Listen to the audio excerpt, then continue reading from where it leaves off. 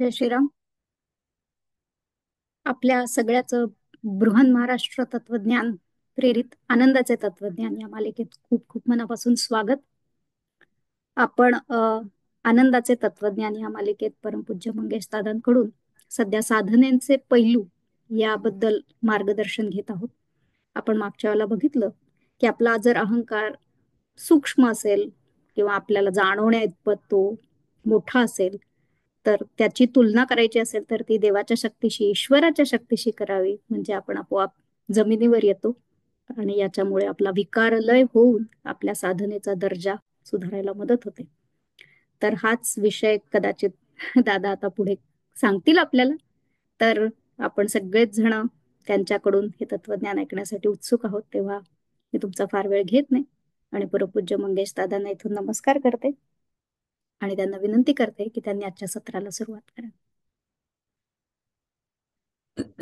माझा आवाज येतोय ना? हो दादा, व्यवस्थित येतोय. श्रीमन्महागणगणाधिपतये नमः. गलद्दानगण्डं मिलद्भृङ्गखण्डं चलच्चारुशुण्डं जगत्राणशौण्डं लसद्दन्तकाण्डं विपद्भङ्गचण्डं शिवप्रेमपिण्डं भजे वक्रतुण्डम्.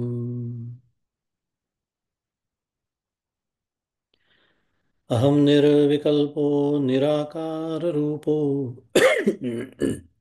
विभुर्व्याप्य सर्वत्र सर्वेन्द्रियाणां सदा मे समत्वं न मुक्तिर्न बन्धः चिदानन्दरूपः शिवोऽहं शिवोऽहम्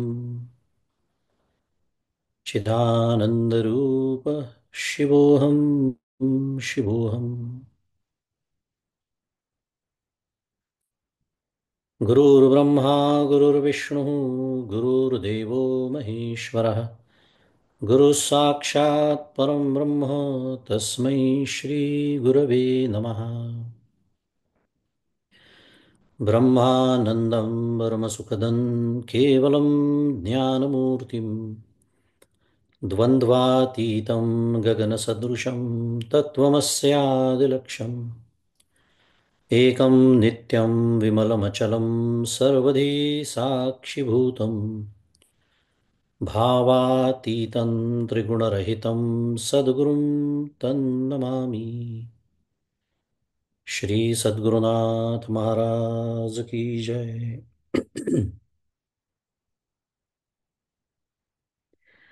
जय जय रघुवीर समर्थ.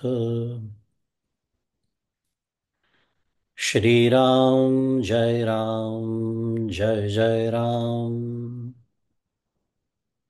श्री राम जय राम जय जय राम. श्री राम जय राम जय जय राम. श्री राम जय राम जय जय राम. श्री राम जय राम जय जय राम. श्री राम जय राम जय जय राम. श्री राम जय राम जय जय राम. श्री राम जय राम जय जय राम.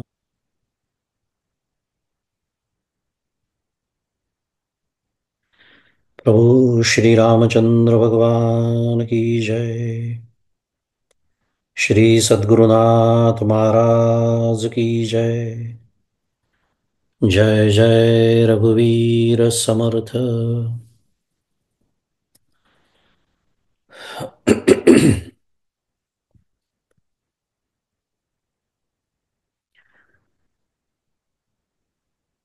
माझे सद्गुरु परमपूज्य डॉक्टर श्रीकृष्ण दत्तात्रय देशमुख, उपाख्य डॉक्टर काका यांच्या श्रीचरणी शिरसाष्टांग वंदन करतो. परमपूज्य मंदाताई गंधे यांच्या चरणी शिरसाष्टांग वंदन करतो. तुम्ही श्रोते जगदीश मूर्ती, तेथे माझी व्युत्पत्ती किती, बुद्धिहीन अल्पमती सलगी करीतो श्रीराम. तुम्हा सर्वांना सप्रेम अभिवादन.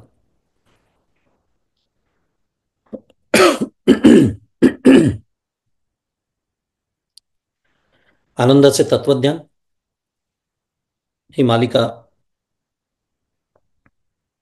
आपली सुरू आहे आणि त्याच्यामध्ये आपण दुसऱ्या टप्प्यामध्ये आहोत. त्याच्या व्हॉट नावाच्या याचा सातत्याने उल्लेख होतो, कारण आपण कुठेसे आहोत, काय चाललंय याचा एकंदरीत आपल्याला विसर पडू नये, एवढाच त्याचा उद्देश असतो.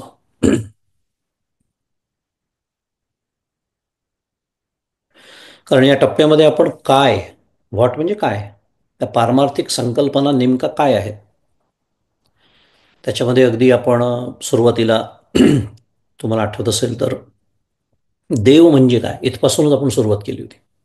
मध्यवर्ती संकल्पना परमार्थशास्त्रासाठी देव म्हणजे काय. आता ज्यांनी ऐकलं असेल त्यांनी ऐकलं आहे, ज्यांनी ऐकलेलं नाही त्यांच्या ऐकण्याची सोय बृहन महाराष्ट्र मंडळाने करून दिलेली आहे. ऐकू शकता. देव म्हणजे काय.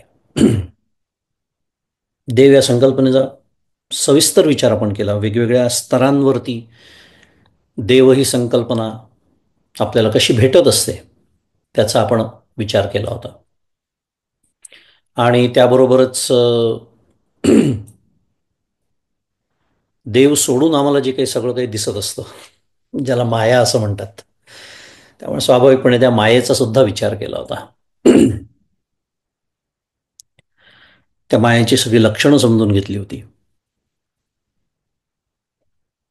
या मायेपासून तर त्या देवापर्यंत मला जे घेऊन जातात असे जे सद्गुरू, त्यांचा सुद्धा आपण अतिशय सविस्तर विचार केला. सद्गुरू संस्था असं आपण तेव्हा त्याला म्हटलं होतं, आठवत असेल तर. कारण या सगळ्या संकल्पनांबद्दल खूप गोंधळ असतो आपल्या प्रत्येकाच्या मनामध्ये, सकारण आणि विनाकारण. कारण पसारा प्रचंड आहे, खूप काही ऐकायला मिळत असतं आणि आपल्या मनामध्ये काहीतरी एक अस्पष्ट चित्र निर्माण होत असतं. देव म्हणजे काय, सद्गुरू म्हणजे काय इत्यादी. ते आपण छान समजावून घेतलं, सद्गुरूंचं महात्म्य जाणून घेतलं. पण ते महात्म्य त्यालाच आहे, तोच मायेपासून त्या देवापर्यंत आपण जसं म्हणालो जातो, तोच जो सद्गुरूंचं बोट धरतो, जो सत्शिष्य आहे. म्हणून आपण नंतर सत्शिष्याचाही विचार केला. एक वेळ अशी येते की सद्गुरू आपलं बोट धरतात, निदान तोपर्यंत तर आपण टिकलं पाहिजे ना त्यांच्याजवळ. तोही विचार आपण सगळं सविस्तर केला होता. मी एक फक्त धावता आढावा घेतोय की आपण कुठून आलो आहोत या टप्प्यामध्ये. मी तर फक्त ह्याच टप्प्याचं बोलतोय, पहिल्या टप्प्याचं तर व्हाय सोडूनच दिलेलं आहे. असा तो सत्शिष्य म्हणजे काय, त्या शिष्याचे काय 4 प्रकार असतात वगैरे वगैरे, ते सगळं आपण छान समजून घेतलं. आणि त्या शिष्यानी मग काय करणं अपेक्षित आहे, हा जो प्रवास सद्गुरू करायला सांगतायत, शिकवतायत, उपदेश करतायत, तर त्यांनी साधना करणं अपेक्षित आहे. त्यामुळे साधना, सत्शिष्य म्हटलं की साधना आलीच. एकाच नाण्याच्या 2 बाजू आहेत. पण साधनेच्या बाबतीत सुद्धा आपले किती गैरसमज असतात. पुन्हा या दृष्टीने आपण साधना हा विषय हाताळला म्हणूया. साधनेचे विविध पैलू आपण बघितले. म्हणजे मागील चिंतनामध्ये आपण साधना या विषयाच्या विचारांची सांगता केली, पण ती करताना आपण त्याचे विविध पैलू बघितले, त्याचे विविध आयाम आपण बघितले. कारण पुन्हा मी जसं म्हणालो की देव, सद्गुरू, शिष्य म्हटलं की आपल्या मनात काहीतरी असं पुन्हा एक चित्र तयार होतं, जे काही आपण ऐकलेलं असतं, वाचलेलं असतं. तसं साधना म्हटलं की सुद्धा काही चित्र असतात. ते सांप्रदायिक त्याला कारणं असतील, आपल्या वाचनाची मर्यादा त्याला कारण असेल, आपल्या ज्ञानाची जी किंवा ग्रहणशक्तीची मर्यादा त्याला कारण असेल, जे काय असेल ते. म्हणून मी सकारण आणि अकारण, विनाकारण असे दोन्ही शब्द वापरले. तर तेही समजून घेतलं. पण बहुतांश वेळेला कारण आपण साधनेचे प्रकार पाहण्यापेक्षा आपण साधनेचं एक मुख्य विभाजन केलं होतं, ते म्हणजे ठोकळेबाज साधना आणि अस्सल साधना म्हणूया, आता त्याला शब्द द्यायचाच झाला तर. आणि बहुतांश वेळेला ठोकळेबाज साधनाच ही बहुतांश लोकांच्या चित्तामध्ये साधना म्हटलं की जे काही येतं ते ठोकळेबाज या याच्यातच ते बसतं. आणि म्हणून आपण साधनेचे विविध पैलू बघितले, आयाम बघितला. आणि ज्या साधकाला परमार्थ जे देऊ पाहतो ते जर मिळवायचं असेल आणि असा त्याचा किंवा तिचा आग्रह असेल, मुद्दाम हळू बोलतोय कारण काय, समस्या सगळ्या इथेच येतात. आहे परमार्थ, परमार्थाची आवड आपल्या सगळ्यांना निश्चितच आहे. अन्यथा कमळाबाई जिंकतायत का ट्रम्प त्या जिंकतायत आज, हे सोडून तुम्ही ते सगळं ऐकायला आलेले आहात, याबद्दल सर्वप्रथम तर मी तुमचं अभिनंदनच करायला हवं. त्याच्यातनं सिद्ध एवढं निश्चित होतं की परमार्थाची आवड आहे. माझा मुद्दा तो सुरू होता. ठीक आहे, काही जण तिकडे नजर ठेवून बसले असतील हे ऐकायला, हरकत नाही, पण प्रगती आहे, निदान आलेले आहेत. मुद्दा एवढाच आहे की आग्रह नसतो आपला, परमार्थ हवा असतो. आता मी गंमत केली म्हणून हेच उदाहरण थोडंसं पुढे चालवतो. मी खरं इथे स्टिकर लावून बसणार होतो आज. कोणता? आय व्होटेड. का? केवळ हे दाखवण्यासाठी की माझं जे कर्तव्य आहे ते मी केलेलं आहे. आता तिकडे काय होतंय याच्यावर ना माझं काही नियंत्रण आहे, ना माझ्या विचाराचा तो प्रांत असला पाहिजे. काय होणार आहे ते उद्या सकाळी कळणारच आहे, कोण निवडून येणार आहे ते. पण नाही, आम्हाला ती एक्साइटमेंट हवी असते. कशाची? तो जो प्रवास आहे त्या प्रवासाची. काय खालीवर होत असतात आकडे, रामकृष्ण हरी. त्यामुळे मी गमतीने जरी बोलत असलो तरी त्याच्यातून अजूनही माझी धाव किती बाहेर आहे हे लक्षात येतं. ते गंभीर विषय आहेत, म्हणजे गमतीने जरी बोलल्या गेलं तरी सुद्धा. आणि त्याचा परिणाम असा असतो की माझा आग्रह नसतो, परमार्थ प्रांत मला जे देतो ते मला मिळालंच पाहिजे हा आग्रह नसतो. आणि तेही या जन्मात, सगळ्यात महत्वाचं, तेही या जन्मात. आणि असं जर असेल तर मग ठोकळेबाज साधना करून भागत नाही. विषय आपला जो मुख्य सुरू आहे, ठोकळेबाज साधना करून भागत नाही तर आपल्या जीवनामध्ये आमूलाग्र बदल घडवून आणावा लागतो. आपलं संपूर्ण जीवन हेच साधना कसं होईल हा विचार समजून घेऊन त्याप्रमाणे आपल्या जीवनाची घडी बसवून घ्यावी लागते. परमपूज्य काकांचा शब्द आहे, मला खूप आवडतो, घडी बसवून घेणे. आधीच्या जुन्या बसलेल्या ज्या घड्या आहेत त्या मोडणे आणि परमार्थाला सुसंगत अशा नवीन घड्या बसवून घेणे. इतकी व्यापकता त्या साधना या शब्दामध्ये आहे. आणि असं जेव्हा आपण करतो तेव्हा माझे सद्गुरू परमपूज्य डॉक्टर काका म्हणतात की आपला परमार्थ स्मार्ट होतो. स्मार्ट, स्मार्ट म्हणजे काय? मी स्वतःला जे समजतो आरशात पाहून ते नव्हे. SMART, smart. It is an acronym, short form. काय, मोक्षशास्त्राची जी मांडणी आहे ना ती आधुनिक युगाच्या भाषेत सुद्धा केली जाऊ शकते. आणि असं परमपूज्य काकाच म्हणतात. म्हणून त्यांनी संकल्पना मांडली स्मार्ट. SMART म्हणजे स्मार्ट. स्पेलिंग माहिती आहे आपल्या सगळ्यांना. आज आपण मी जसं मगाशी म्हणालो की साधना या विषयाची सांगता आपण मागच्या वेळेला केली आणि आपण आज एका नवीन विषयाकडे वळणार आहोत. पण त्या विषयाकडे वळण्याच्या आधी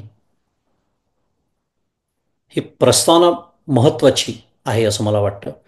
पुन्हा एकदा आपण छान बैठक बसून घेऊया आपल्या विचारांची, कारण पुन्हा 2 आठवड्यांचा खंड झालेला आहे आणि धूळ अखंड बसतच असते. ते स्मार्ट प्रकरण काय आहे?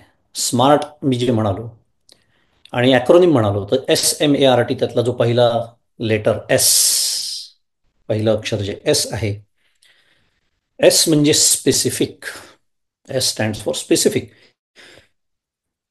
आजच्या आधुनिक शास्त्राप्रमाणे तुम्ही जागचं कुठल्याही आधुनिक विज्ञानाच्या ज्या मूलभूत शाखा आहे, physics, chemistry, biology, fundamental science ज्याला म्हणतात, अम, किंवा अप्लाइड सायन्सेस जरी घेतले तुम्ही, तरी सुद्धा अगदी त्याचं काय म्हणूया, उद्दिष्ट, गोल, ऑब्जेक्टिव्ह स्पष्ट दिलेलं असतं. त्याच्या व्याख्या पण केलेल्या असतात. केमिस्ट्री म्हणजे काय, फिजिक्स म्हणजे काय, इत्यादी. तर हे जे आजच्या आधुनिक शास्त्राची एक विचार करण्याची पद्धत आहे म्हणूया, मांडणी करण्याची पद्धत आहे म्हणूया, अम, उद्दिष्ट असेल आणि त्याचा बाकीचा जो तपशील असेल, त्याच्यामध्ये जो एक नेमकेपणा, नेटकेपणा, स्पष्टता अपेक्षित आहे आजच्या आधुनिक शास्त्राचा जो विचार केला, आणि ते तसंच असलंही पाहिजे, प्रश्नच नाही. पण असंच परमार्थाच्या बाबतीत सुद्धा आहे.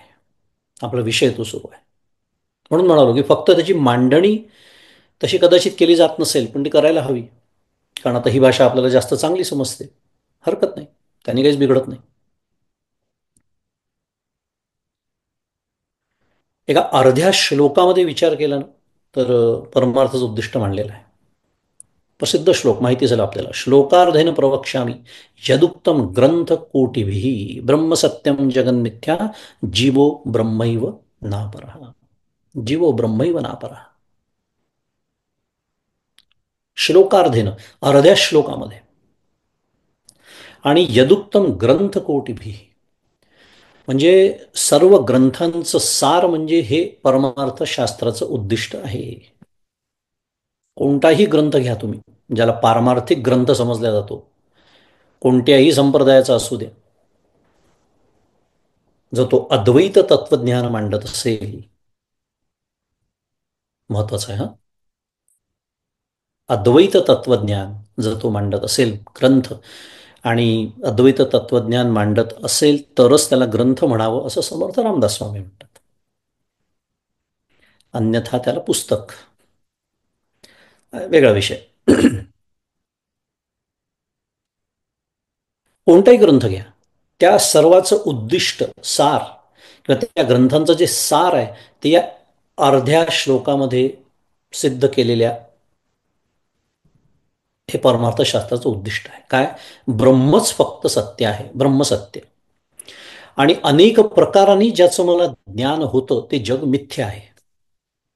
ब्रह्मसत्यम जगन मिथ्या, आणि जीवो ब्रह्मैव नापरहा. म्हणजे जीव ब्रह्मरूपच आहे, त्यापासून वेगळा नाही. हे जे त्या ग्रंथांचं सार आहे, ते परमार्थशास्त्राचं उद्दिष्ट आहे. कारण हे प्रत्यक्षात अनुभवणं, हे ते नेमकं उद्दिष्ट आहे. आणि मगाशी मी जसं म्हणालो, नेमकेपणा, नेटकेपणा, स्पष्टता हवी. आपण जर स्वतःला फार विज्ञाननिष्ठ समजत असू, बुद्धिवादी समजत असू, काय थोडंफार 2-4 गोष्टी आयुष्यात कमावल्या असतील, त्याचा खूप अभिमान मला असेल, तर या गोष्टीचा आग्रह मग माझा परमार्थशास्त्रातही असला पाहिजे. उद्या जर मला कोणी विचारलं की तुम्ही हे सगळं का करता हो, मला तर अजिबात इंटरेस्ट नाही शुद्ध मराठीत परमार्थामध्ये, किंवा काय बावटपणा आहे हा, मनुष्य चंद्रावर तर जाऊन आलाय, तर मंगळावर जाणार आहे लवकरच, काय तुम्ही घेऊन बसले परमार्थाच्या 4 गोष्टी, तर तेव्हा आपल्याला समोरच्याला कदाचित उत्तर देता येईल न येईल भाग वेगळा, आपला थोडा अभ्यास असेल नसेल, पण माझा बुद्धिभेद होता कामा नये. कारण चंद्रावर माणसाने पाऊल ठेवलं म्हणून मनुष्याच्या सर्व समस्या जर संपल्या असत्या, तर आज आपण इथे अभ्यासाला बसलोच नसतो. आणि चंद्रावर पाऊल ठेवून त्या संपलेल्या नसल्यामुळे त्या मंगळावर पाऊल ठेवूनही संपतील असं ज्याला वाटतं, त्याला आपण रामकृष्ण हरी एवढंच म्हणू शकतो. मुद्दा एवढाच आहे की जसं तिकडे आग्रह आहे, आपण बुद्धिवादी समजतो स्वतःला, तर मग इतक्या डोळसपणे याच्याकडे बघा, कारण हेही शास्त्रच आहे. नेमकं उद्दिष्ट आहे. आणि ब्रह्मतत्व जसं आनंद रूप आहे, कारण जीव ब्रह्मैव नापराह, म्हणजे मी स्वतःला आज ह्या क्षणी मी स्वतःला जीव समजतोय, पण मी जीव नाही, मी ब्रह्म आहे असं शास्त्र मला सांगतं. आणि ते अनुभवणं हे उद्दिष्ट असं आपण म्हणालो. पण ते अनुभवल्याने काय होतं, तर ब्रह्मतत्व जसं आनंद रूप आहे, तसा मी सुद्धा आनंद रूप होतो, सुखरूप होतो. गोईंग बॅक टू द व्हाय. आणि सुखरूप होऊन सुखानी जगून, एक एक शब्द महत्वाचे आहेत, परमपूज्य काकांचे शब्द आहेत, सुखरूप होऊन सुखानी जगून. कारण आपल्याला त्याच्यात काय आलं, एक अध्यारूत अनस्यूत असा एक विचार आहे. कोणता? आयुष्यभर नाही साधना करायची आहे, साधना संपायला हवी आहे कधीतरी, आयुष्य संपण्याच्या आधी. म्हणून सुखरूप होऊन सुखानी जगून सुखानी एक दिवस हा देह आणि हे जग सोडून द्यायचं, हा त्याचा होणारा स्वाभाविक परिणाम आहे त्या उद्दिष्टाचा. आणि या पलीकडे परमार्थशास्त्रातून दुसरं काहीही मिळवायचं नसतं, व ते देतही नाही, आणि या पलीकडे देण्यासारखं काही उरतही नाही. खूप महत्वाचं आहे, कारण कसं असतं पहा, दिशा जर चुकली ना, उद्दिष्ट चुकलं, तर हे सोडून भलत्या सलत्या गोष्टी मिळवण्यासाठी आपण परमार्थशास्त्राच्या मागे लागतो, ज्याला सकामता असं म्हणतात, ज्याला यांत्रिकता हा दुसरा एक अजून दोष सांगितला आहे. मुद्दा एवढाच की आपण एस म्हणजे स्पेसिफिक हा शब्द समजून घेतो. It is very specific. What is the objective? Why am I doing all this? म्हणून मग नेहमीचं आवडतं वाक्य की लोकांनी जर विचारलं की आम्ही यातलं काहीच करत नाही, तुम्ही हे सगळं करता, मग तुम्ही काय कमावलं आणि आम्ही हे न करता काय गमावलं, याचं उत्तर, खरं सांगायचं ना, त्याचं उत्तर देण्याची वेळ सुद्धा येऊ नये.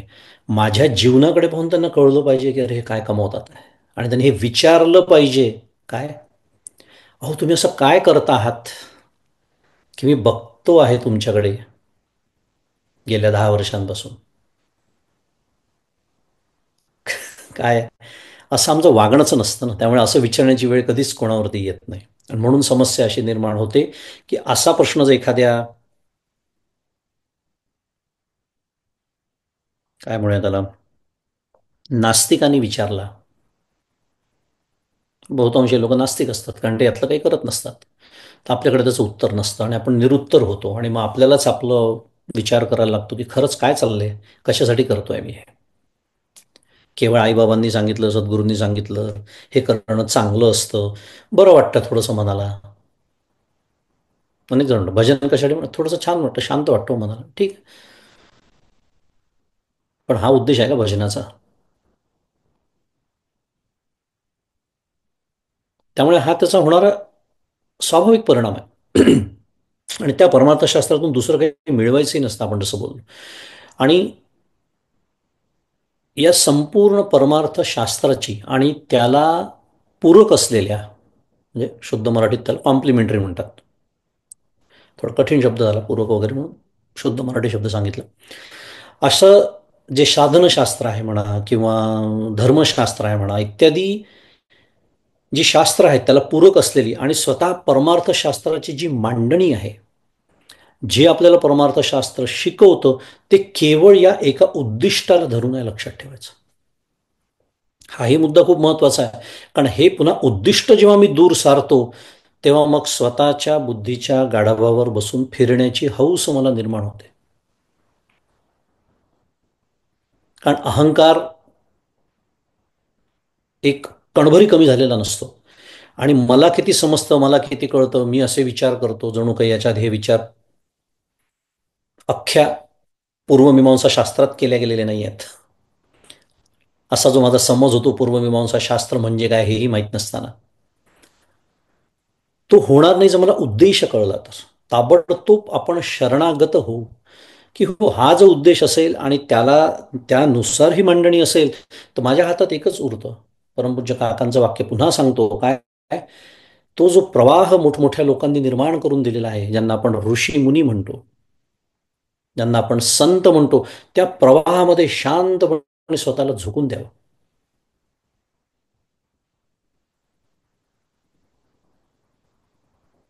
Know the system, use the system, get the result and forget the system. पण नाही, माझं आयुष्य त्या सिस्टीमलाच प्रश्न विचारण्यात, questioning the system. I spend my entire life in questioning the system.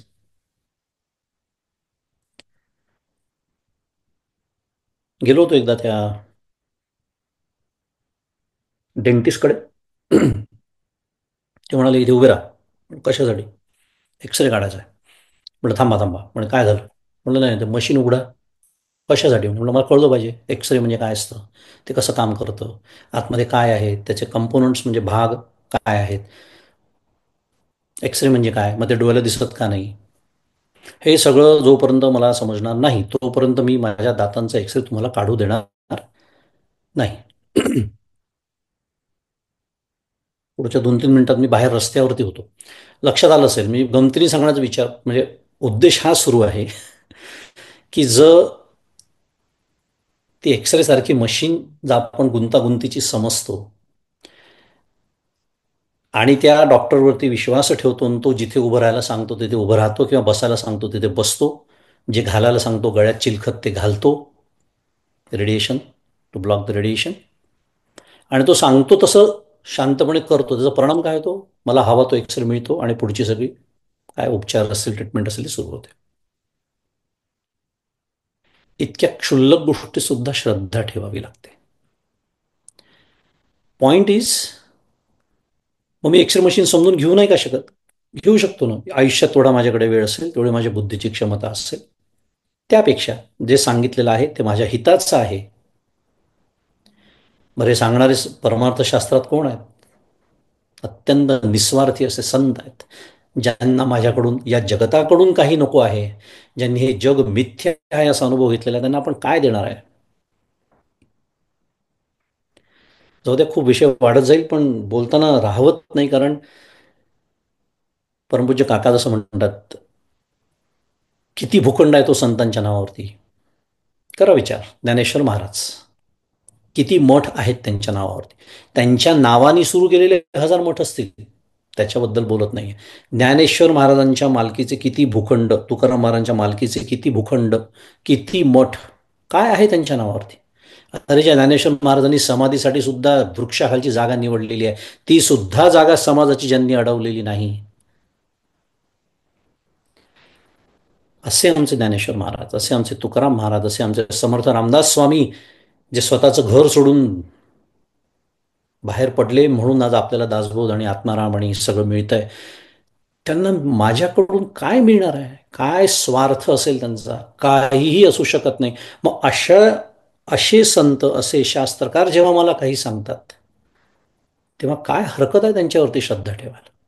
माझ्या हिताचंच ते मला सांगणार आहेत. मुद्दा एवढाच की या शास्त्राची जी मांडणी आहे ती त्या उद्दिष्टाला पूरक, कॉम्प्लिमेंटरी टू द ऑब्जेक्टिव्ह, ती शांतपणे स्वीकारायची. आणि ह्यालाच श्रद्धा असं म्हणतात. आणि ही श्रद्धा तोच स्वीकारतो ज्याला, पुन्हा एकदा मी जे बोललो आत्ता सगळं, परमार्थशास्त्र जे देऊ पाहतं ते मला मिळवायचंच आहे असा ज्याचा आग्रह असतो. स्मार्ट. काय विषय सुरू आहे? गमतीचा विषय, पण ह्याला म्हणतात स्मार्ट. पुढचं पुढचं अक्षर काय आहे? एम. एम म्हणजे मेजरेबल. मेजरेबल.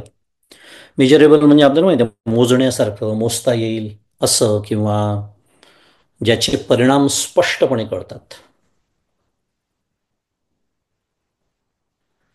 आता भगवद्गीतेमध्ये दुसऱ्या अध्यायामध्ये अर्जुनाने काय प्रश्न विचारलाय भगवंताला? सगळ्यांना माहिती आहे, प्रसिद्ध श्लोक आहे. स्थितप्रज्ञस्य का भाषा समाधिस्तस्य केशव स्थितधिः किं प्रभाषेत किमासीत व्रजेत किम. स्थितधिः, ज्याची बुद्धी, धी म्हणजे बुद्धी, स्थितप्रज्ञस्य का भाषा, स्थितप्रज्ञाची म्हणजे अहम ब्रह्मास्मी अशा ज्ञानमय समाधीमध्ये जो स्थित आहे, असा प्रत्यक्ष अनुभव ज्याने घेतलेला आहे, त्याला म्हणायचं स्थितप्रज्ञ. त्या असलेल्याची लक्षणं काय आहेत भगवंता केशवा? त्याची लक्षणं काय आहेत? या श्लोकामध्ये भाषा शब्द 2 वेळा आलेला आहे.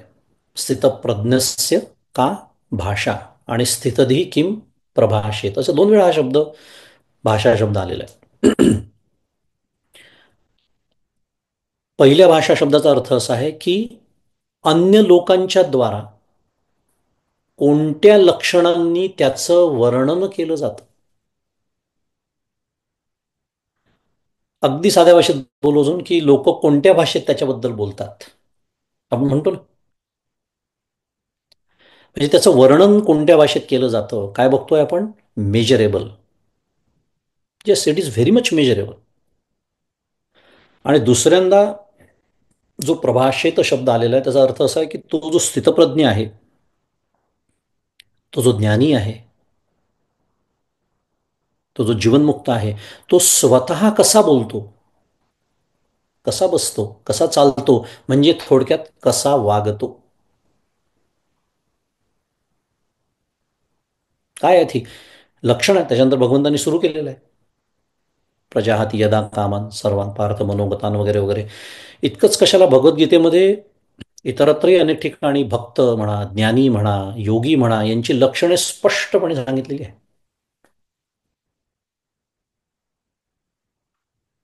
12व्या अध्यायामध्ये उदाहरणार्थ अद्वेष्टा सर्वभूतानां मैत्र करुण एवच, इथपासून सुरुवात करून 13व्या श्लोकापासून तर त्या अध्यायाच्या शेवटपर्यंत भगवंतांनी मला प्रिय, भगवंत स्वतः म्हणतात आहे, मला भगवंत प्रिय असणं वेगळं आणि भगवंताला मी प्रिय असणं वेगळं. मला जो प्रिय आहे असा जो ज्ञानी भक्त आहे त्याची लक्षणं सांगितलेली आहेत.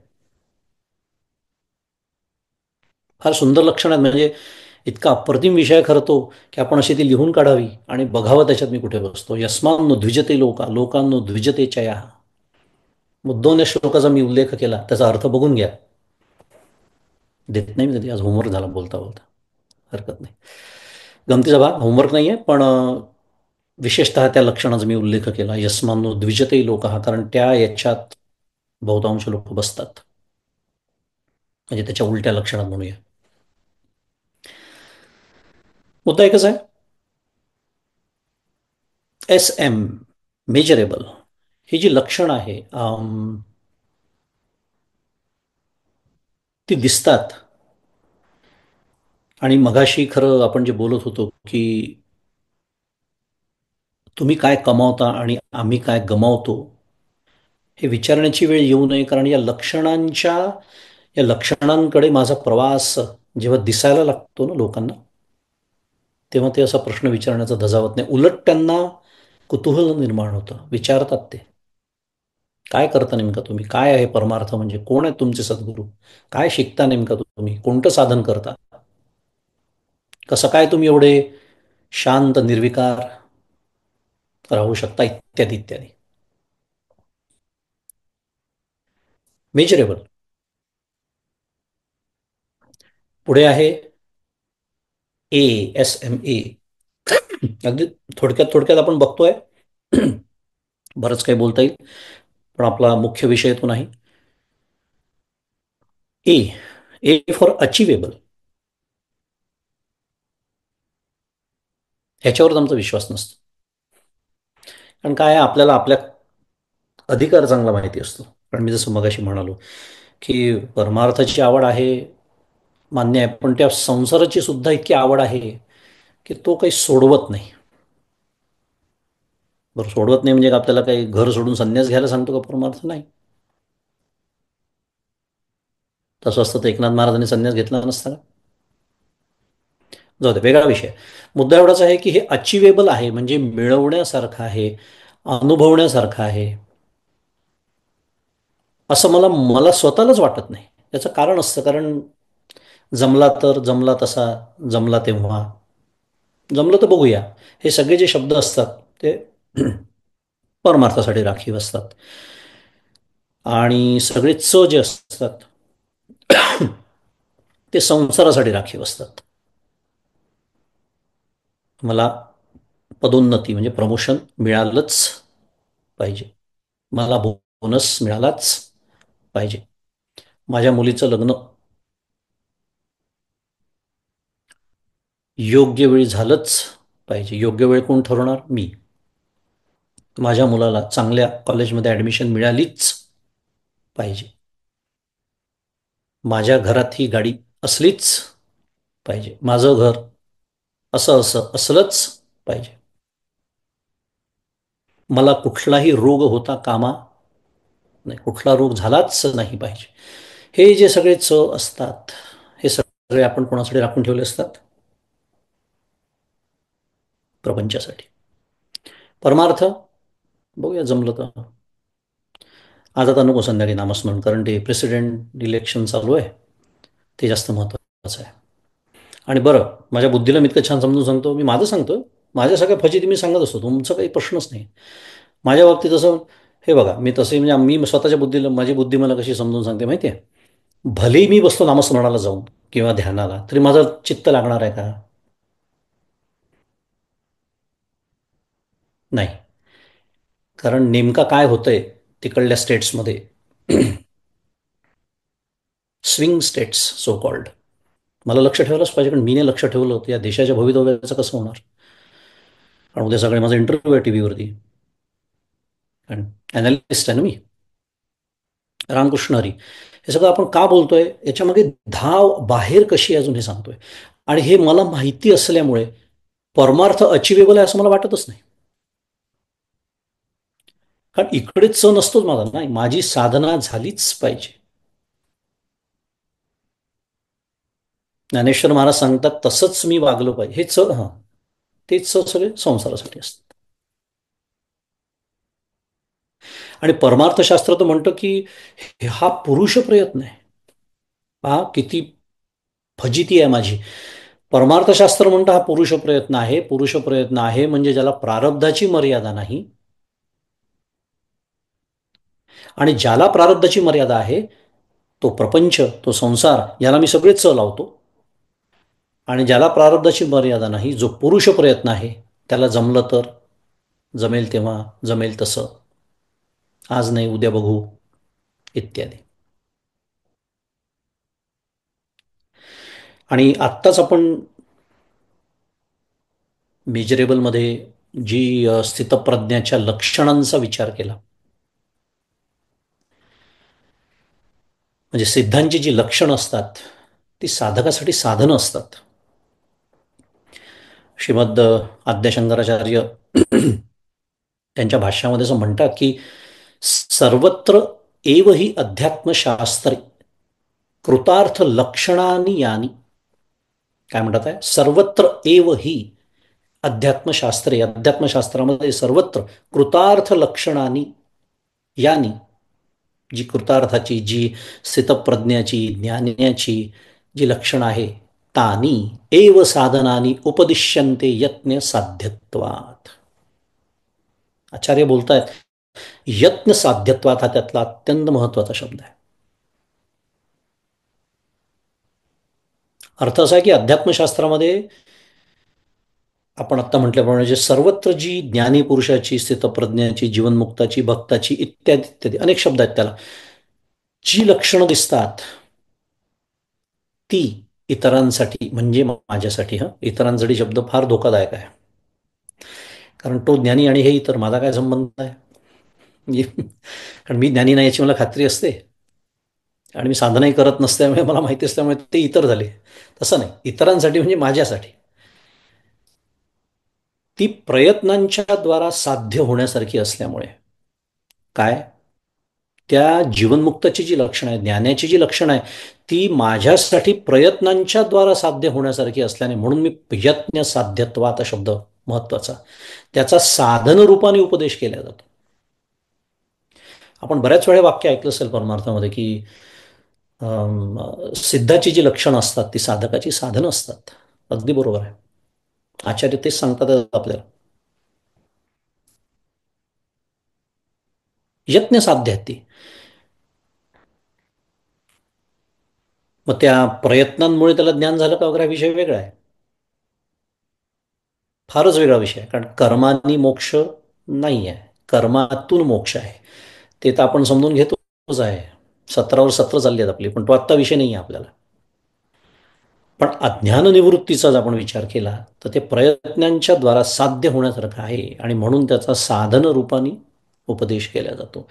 सिद्धाची लक्षणं म्हणून जेव्हा ती सांगितल्या जातात तेव्हा ती आपल्यासाठी भगवद्गीतेत सुद्धा त्याच दृष्टीने सांगितलेलं आहे. मी मगाशी जसं म्हणालो, यस्मान न द्विजते लोक किंवा अद्वेष्ट सर्वभूताना, हे माझ्यासाठी ही साधनं आहेत.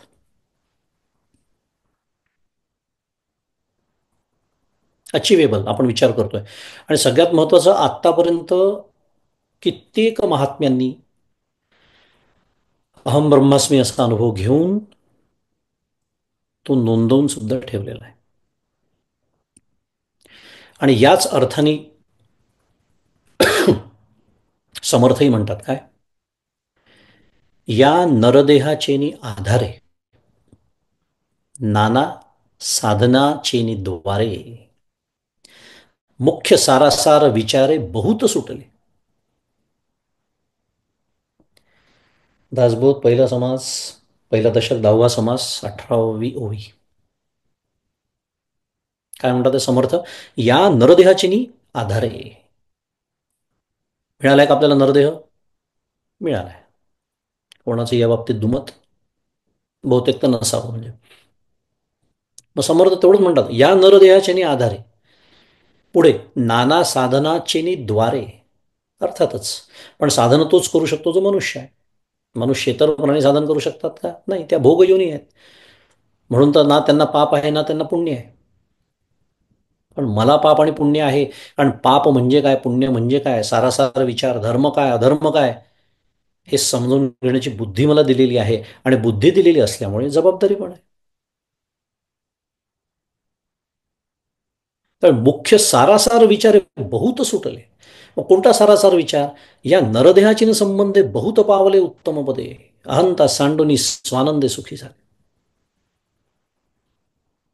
हा तो सारासार विचार आहे. अहंता सांडुनी. आणि अहंता याचा अर्थ, अहंकार असा इतका मर्यादित अर्थ घेण्याची गरज नाही. अहंता म्हणजे अज्ञान. अहंकार त्याची एक अभिव्यक्ती आहे.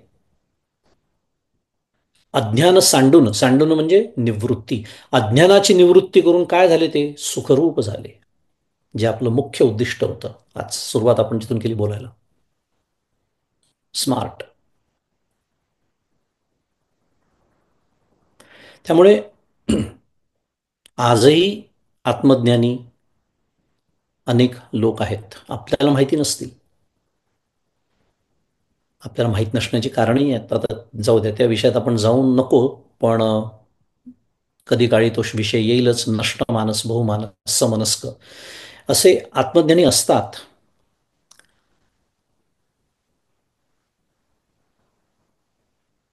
त्यांच्या या सगळ्या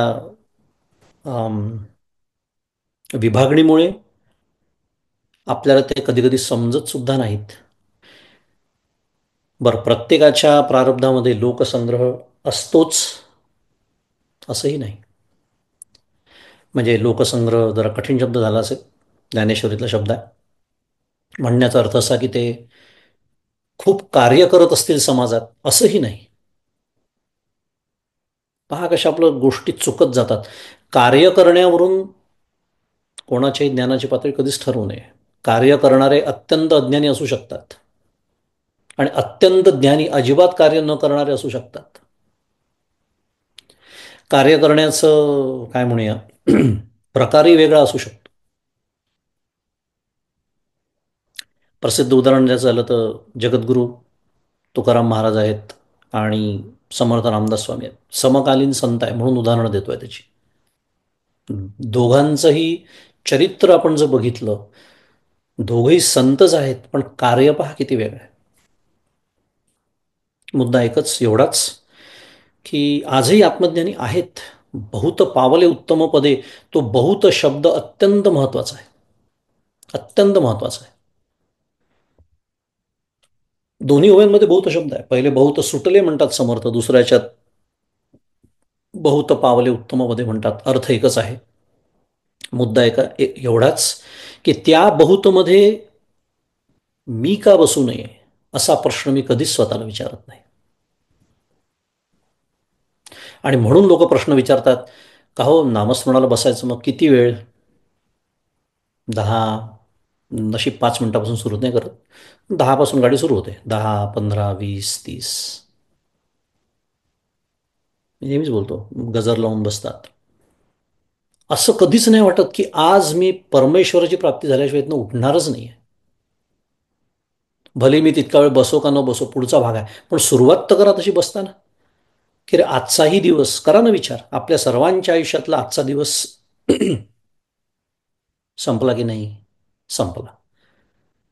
न देता कोटी सुवर्ण म्हणतात आहे संत एकनाथ महाराज. कोटी सुवर्ण जरी मी दिले तरी एक क्षण मला परत मिळवता येत नाही. दिवसाची काय गोष्ट येत आहे.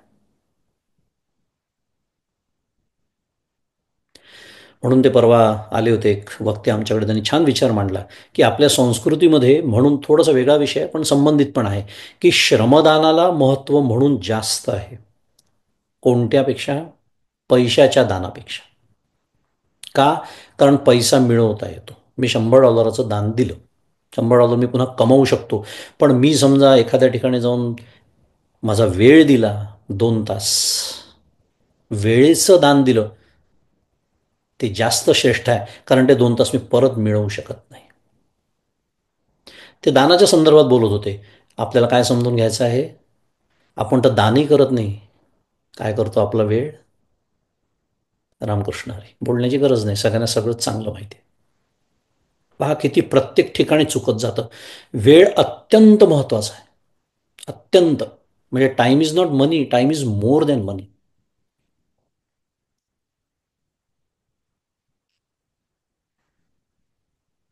स्मार्ट, SMA झालं. R, R stand for reasonable.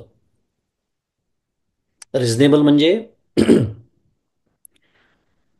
विचाराला पटणारं म्हणा, तर्काला टिकणारं म्हणा, तर्कशुद्ध. म्हणजे आपण परमार्थशास्त्राबद्दल बोलतोय आणि ते तर्कशुद्ध आहे असं आपण म्हणतोय. आता साधी गोष्ट आहे, ते जर तर्कशुद्ध नसतं तर आनंदाचे तत्वज्ञान ऐकायला 1 वर्षाहून दीर्घ काळ तुम्ही आलेच नसते. गमतीचा विषय. जे वर्षभरापासून ऐकायला येतात त्यांच्याबद्दल बोलतोय मी. साधी गोष्ट आहे ना, शुद्ध मराठीत it makes sense, right? That's why we are here. कारण आपले तिथं पहिलं क्रायटेरिया असतं ना आपलं, it should make sense to me, because I am the centre of this world, I am the ultimate. त्यामुळे it should make sense to me, then only I will accept it.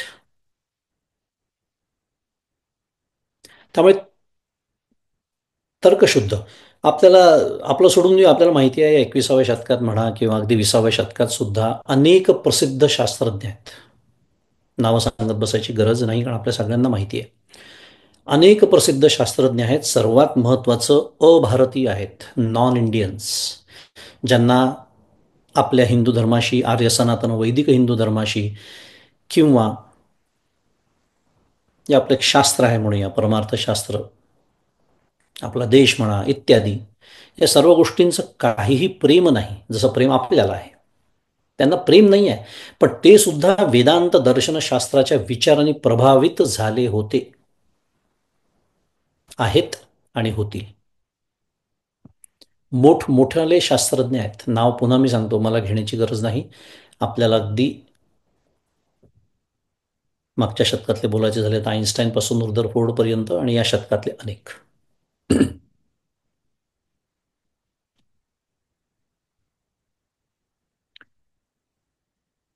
संबंधित विषय नाही आहे, पण माझ्या मनात नेहमी विचार येतो म्हणून तुम्हाला सांगून टाकतो.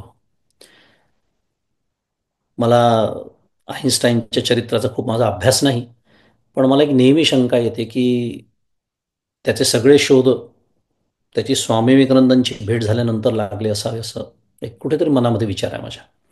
आणि जर लागले असतील तर मला जी शंका आहे ती बहुतेक खरी असू शकते. एवढ्यावरच हा विचार सोडून देतो. तुमच्या लक्षात आलं असेल मला काय म्हणायचं आहे. मुद्दा एवढाच की हे सगळेजण त्या दर्शनशास्त्राचं, वेदांत दर्शनशास्त्र प्रभावित झालेले लोक आहेत. ते तर्काच्याही पलीकडे असलेलं जे ज्ञान आहे, तिथे तर्कसुद्धा चालत नाही असं श्रुती सांगते आहे.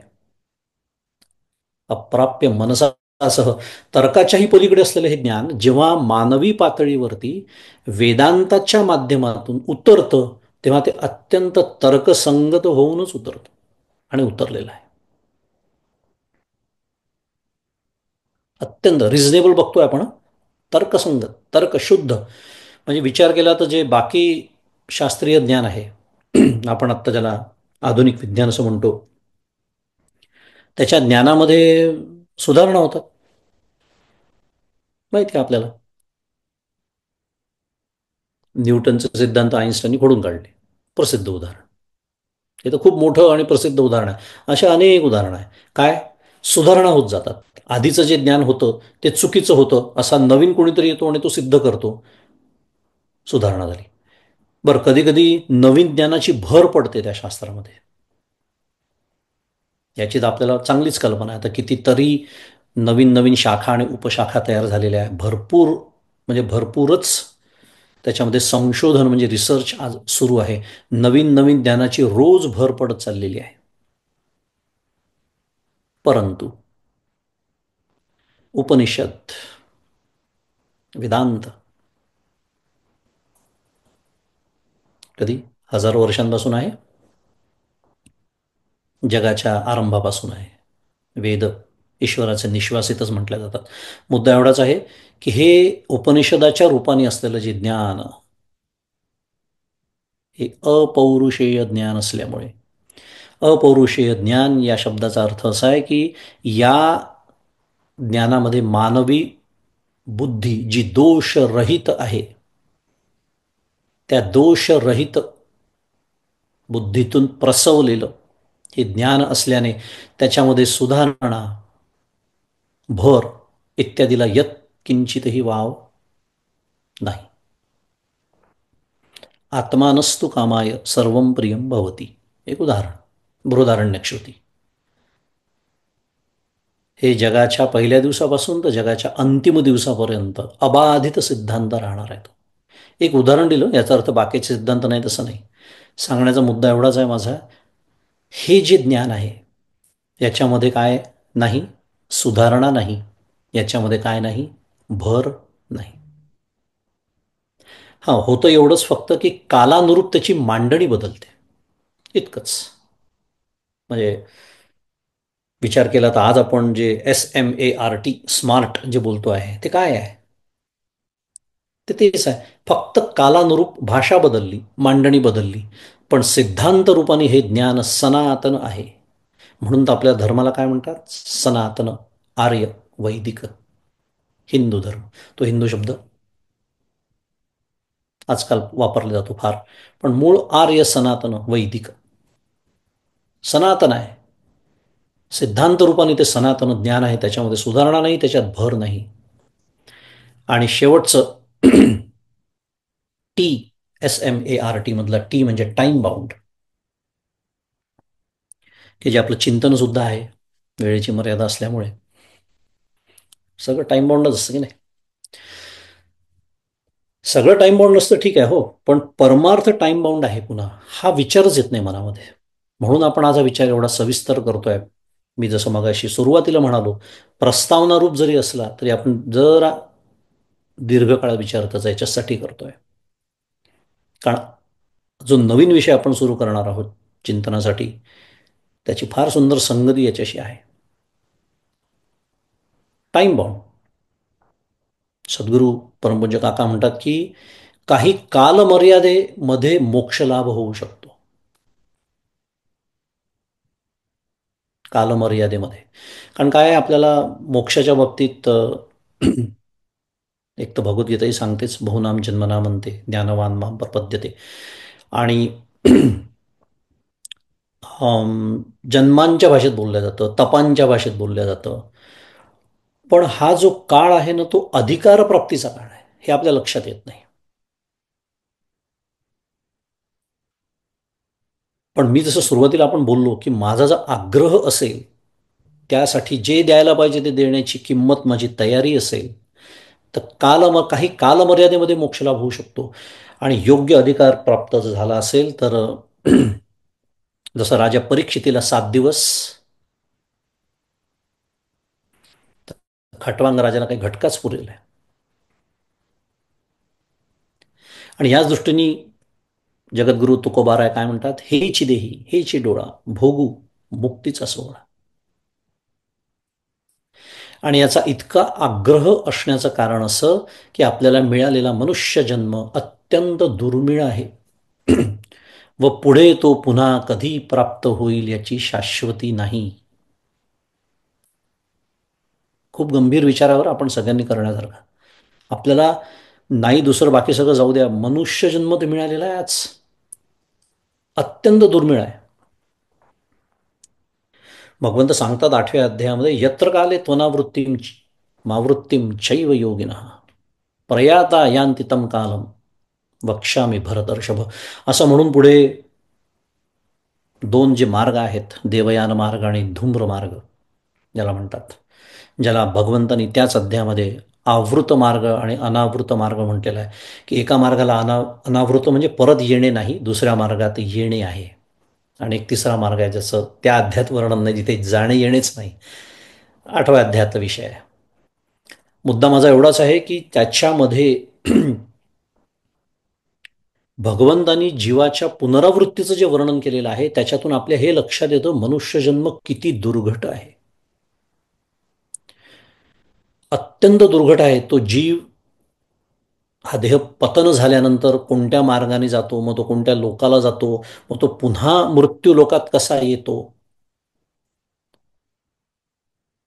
हे सगळं वर्णन करण्याची ही जागा नाही, आत्ताकडे जागा नाही म्हणण्यापेक्षा आपल्याला वेळ नाही ना, आजचा तो विषय नाही.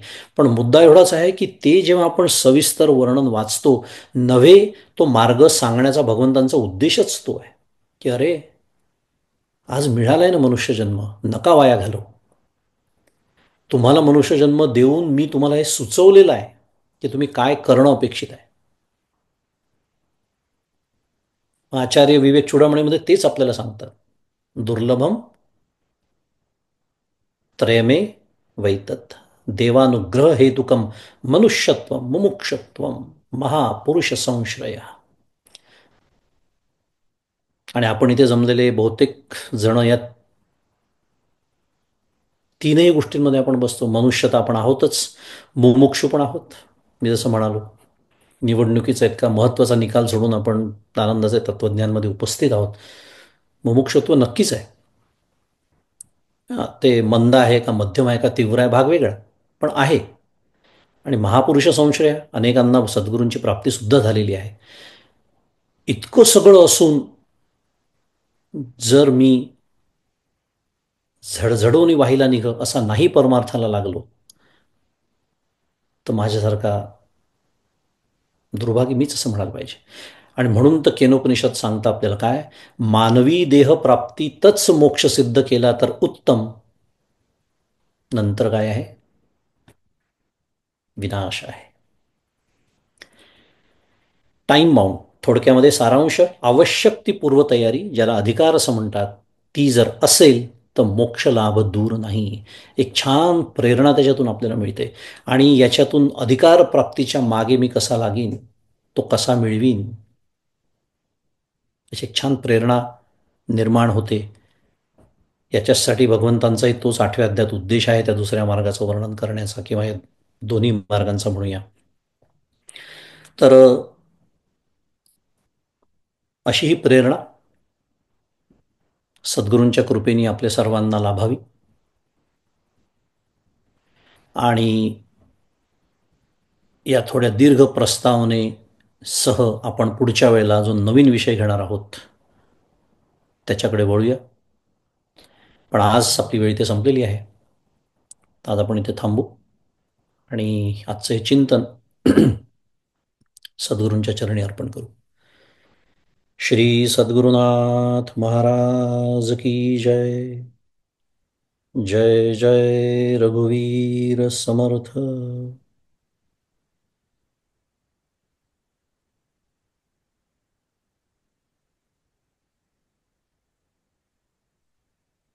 दोन आठवड्याच्या खंडानंतर आज उजळणी महत्वाची होती आणि अतिशय उत्कृष्ट उजळणी झाली आणि पुढच्या मार्गावरती सुद्धा आपण सुरू करत आहोत. भजन सेवेकडे वळू आपण. उत्तरा पालेरा उत्तरा आहे. ओके, उत्तराने मागे भजन सेवा आपल्याला दिलेली आहे. ओळख तशी करून देण्याची फारशी गरज नाही आता.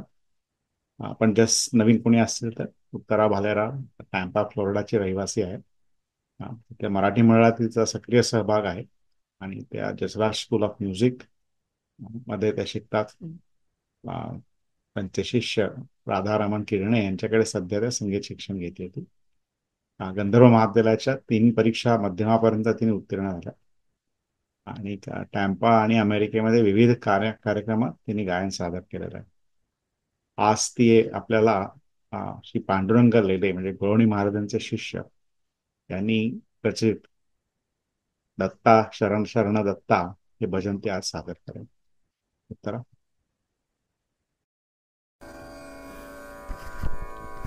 हे पांडुरंग लेले माझ्या वडिलांचे मित्र, त्यांनी हे लिहिलेलं आहे आणि त्यांच्या मिसेसने याला म्युझिक दिलेलं आहे. आवाज थोडा कमी असतो. आवाज कमी येतोय थोडा.